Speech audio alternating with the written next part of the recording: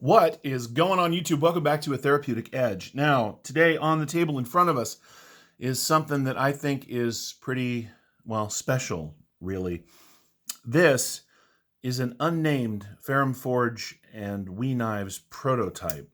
And I feel very lucky to have this in hand. So, as you guys know, I went to Blade Show West. We had an enormous table, and on that table were 3 or 4 of these in varying layouts, and they had a satin blade, and they had this full stone-washed out dark gray version and some other stuff. And I must have picked this thing up 10 times. I mean, it's interesting because it's actually a little small for me for my taste in knives, but it is very comfortable in hand. It is just really good to hold. It is very attractive to me. I think this is a beautiful knife. The milling on the titanium is gorgeous. I slipped it in on a pocket at the show. It does that very, very well. But the party piece here is that action.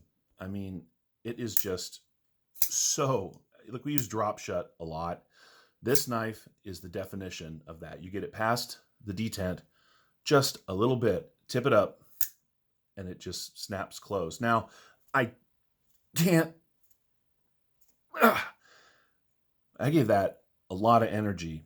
I can't get it to break the detent, which means the detent on this thing is tuned exceptionally well. Now, I admit, again, this is a prototype. I don't know what the actual production models are going to be like. It doesn't even have a name. It's the prototype. This prototype is in CPM20CV. It is running on ceramic bearings. It is all titanium. It is kind of a dark gray stone wash from tip to pommel. I just think it's beautiful.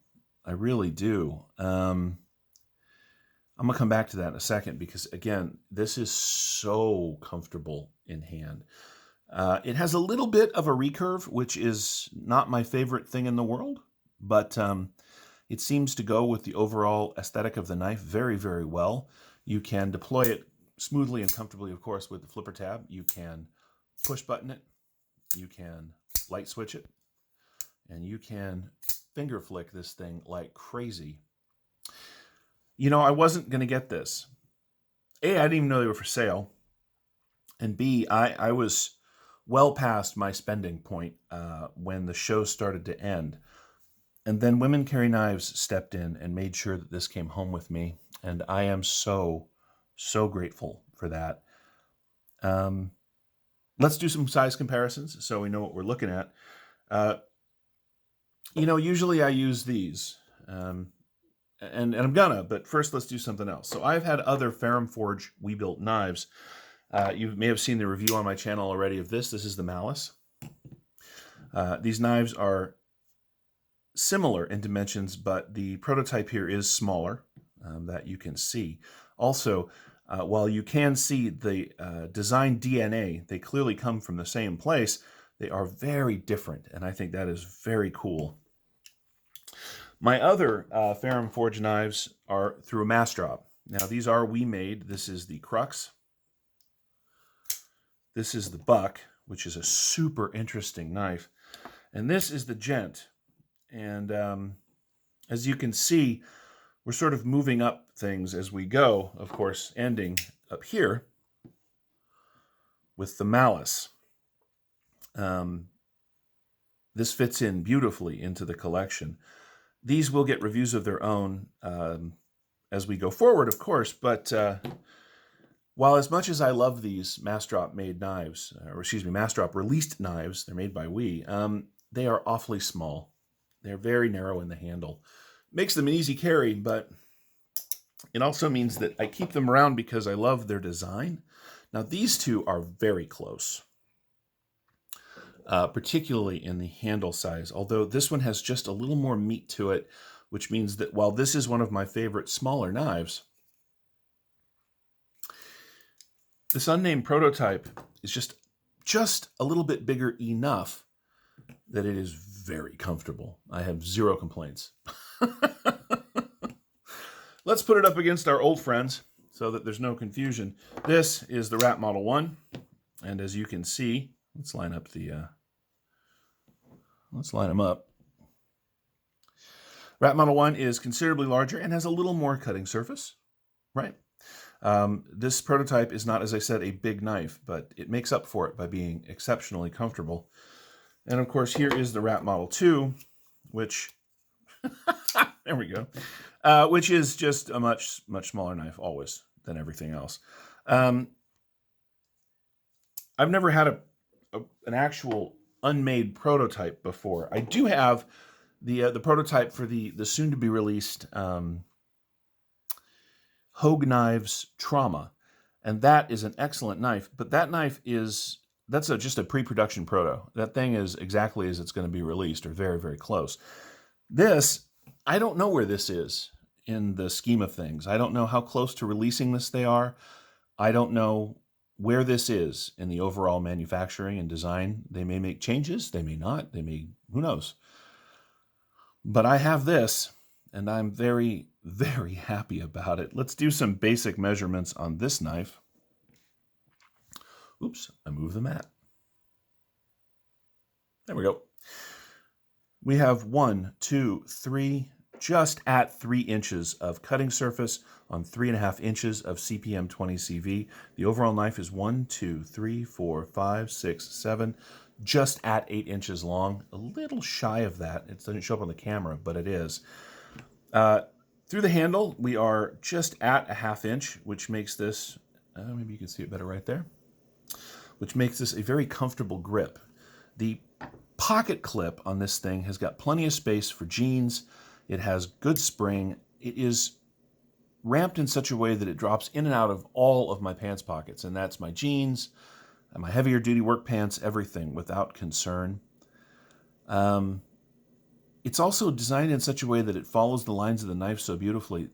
There's no hot spot there at all. None. I love this thing.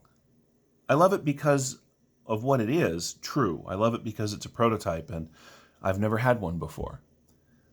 But beyond that, I love it because it is just an exceptional knife. The materials, the fit and finish, the screws are flat black, which I just think is cool as hell. The pivot is black and silver. The overall knife carries the sort of dark stonewash all the way out to the tip. It is very sharp. It is a nice, reasonably thick chunk of CPM20CV, but because it has this beautiful swell and belly, it is very slicey right here. Now I know, much like me, a lot of you don't love recurves, but here's what I've learned about them, particularly with push cuts. That little bit of recurve actually keeps the cutting material, if you're pushing this way, centered on the blade. And that is a really useful and valuable thing. When you're cutting through something, instead of just sort of, easing all the way up and landing in the choil, it does actually tend to sort of rest right here at the apex of that choil, of the recurve, which is really nice. I have used this thing for my daily use tasks. I've cut food with it, don't tell them. I've cut packages, I've cut tape, I've even cut some string. I even cut a couple of zip ties with it, and there's nothing here. This nice dark stonewash means that unlike its brother here, or cousin, I'm not sure I'm going to look at that, the Malice, which already has some snail trails on this very sort of fine titanium scale, this nice dark stonewash means that this thing doesn't show wear, at least my version of wear, at all.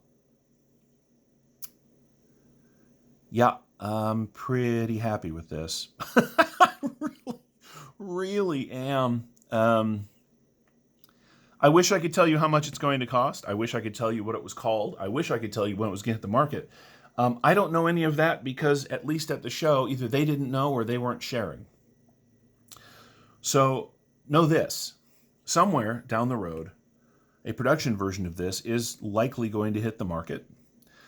It will either look just like this or look a little different. One never knows. If it does, and a midweight, really attractive knife is your jam, keep your eyes open for this thing, because I think that it is really spectacular. In the meantime, you can get the Malice. if you're interested in such a thing. You also can, through mass drop, just drop now, still get the other Ferrum Forge options that I've had on the table, including the Gent. And this, just so you know, is I think my favorite small knife. It is, well, anyway, all of them have their own unique aesthetic. I'm going to give this a full review, of course. All of them have really, really good action. This one, of course, being something else entirely. But all of them have that sort of unique Ferrum Forge aesthetic. The crux, by the way, is without question one of the best simple and straightforward pocket knives on the market today, in my opinion. It is midweight, it is mid-size. I replaced it with a Pops Custom deep carry clip, which does interfere with the ergonomics a little bit, but makes it a much nicer carry. So that's a choice you're going to have to make. All of these knives, from the design aesthetic of the guys over at Ferrum Forge, share a few characteristics that make them absolutely worth looking at, that sort of, to me, pinnacle in this one, which is that they are exceptionally comfortable to hold. The guys at Ferrum Forge have their own unique eye for knives, but one of the things they never seem to let go of is that a knife is designed to be carried and used. And as that is the case, their knives remain some of the most comfortable, ergonomically, and in-hand knives I have ever owned. So I guess that's about it. This is the Ferrum Forge we built prototype. I have, again, no idea what it's going to be called. I wish I had that information. When I get it, I will do another video and share it with you. In the meantime, I hope you've enjoyed this. If you have any questions about this prototype or any of the Ferrum Forge design knives you've seen on the table, feel free to ask down in the comments. If you haven't already, please like the video on your way out. Feel free to subscribe. I'd love to have you here on a regular basis. We'll see you next time.